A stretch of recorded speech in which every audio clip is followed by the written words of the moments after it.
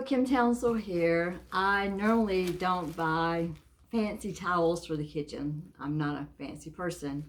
I generally buy bar mop towels, and I ordered this set because it was only something like $31 for all of these, but they look kind of thin, and usually the ones I have like a little ribbing on them. So I'm gonna, instead of assuming that all these are going to work, I'm going to wash one and see how they do.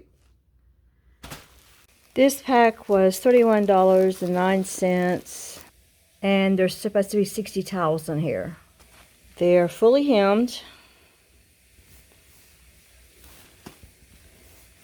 Like I said, they look a little thin, but sometimes when you wash terry cloth towels, they are 100% cotton. They're supposed to be.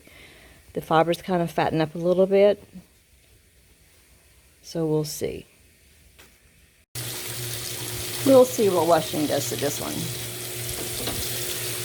Check in the text below, and also in the pinned comment, I will provide a link for you to purchase this product or one similar. It helps me out a little bit if you use that link. Thanks a bunch. What do you think? I do think washing and drying it kind of fluffed up the fibers a little bit. Doesn't seem quite as transparent. These are dingy. This is what I used to use. I like that size. Now, these are supposed to be the same size, but they're not exactly the same size. These seem like they're more square. But can I get used to these new ones at this price? My other ones are just falling apart and so dingy. So can I do that? I think I will. I think I'll use them for a while. And I'm a school teacher. If I don't like them, I'll take these to school and donate them to school. I'll go ahead and wash them and see what they look like. I really do like that size. I really do like that texture better. Maybe it's just because it's what I'm used to.